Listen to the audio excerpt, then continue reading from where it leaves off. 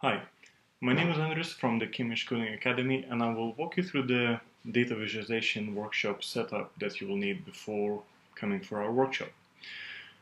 This video of instructions is for the Mac OS X. However, there are not really that many differences from Windows apart from downloading the right package, as in choosing between Mac and Windows.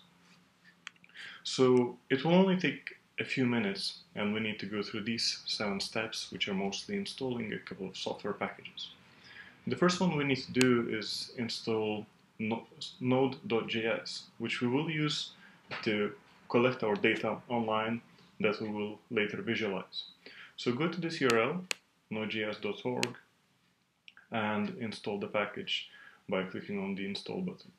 It should be able to automatically recognize what operating system you're using and choose the right package for you. The second step is to install another bit of software called Git that we'll use to download the necessary code from the remote storage and save your results after the workshop. So go to gitscm.com, which I have here, and download the version. If you're using a Mac, you should see something like this, which will offer you to download a Mac version. Then install the WebStorm development environment. A development environment is a bit of software that software engineers use to make their lives easier while writing software. So as you can see in the screenshot in the jetbrains.com/WebStorm, it's a pretty serious environment, but it is used by real software engineers, so we would like to learn some real skills. And we'll walk through all the steps you need to actually learn to use those. So again, click a button to download the WebStorm, and for now use the trial version. We will provide you with a license code during our workshop. The next step is to create an account on github.com. So you just need to go to github.com and enter this very short registration form with your username, email, and password. When you then click sign up for GitHub, and you'll have your own account. Then just log in and go to this URL, github.com/cambridgecoding/database for data visualization code. I'll just sign in with my own credentials and go to the URL that I said, cambridgecoding/database.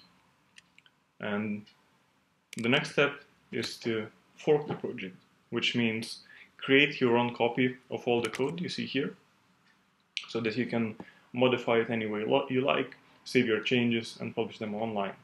So just click the button up here, fork, and everything will be done for you automatically.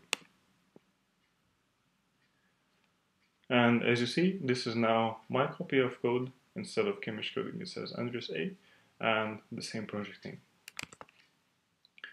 The last step is to open up WebStorm, the development environment we have just installed, and choose to check out code from the version control. This will create a new project from that remote storage from GitHub.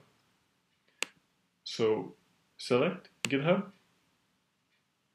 I don't have the password stored, so I don't have any master password, so I'll just click cancel to this one.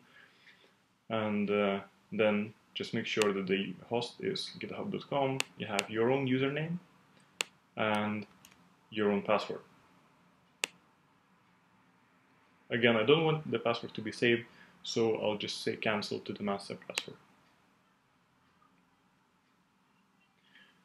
It accesses GitHub and finds all the repositories I have. You'll probably only have one, and find the data visualization that we have just created. andresa/database.git. And save it in a directory you can remember. In my case, it's my home directory /WebStorm projects, and the name of the project will be database. Click clone to download all the files.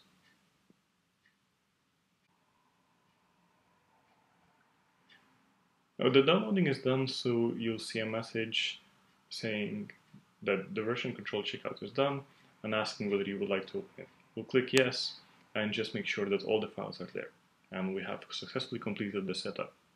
So it opens the full environment, and although it says that no files are open at the moment, in the top left corner we see our project with all the code that we wanted there to be. And that's it. See you in a couple of days.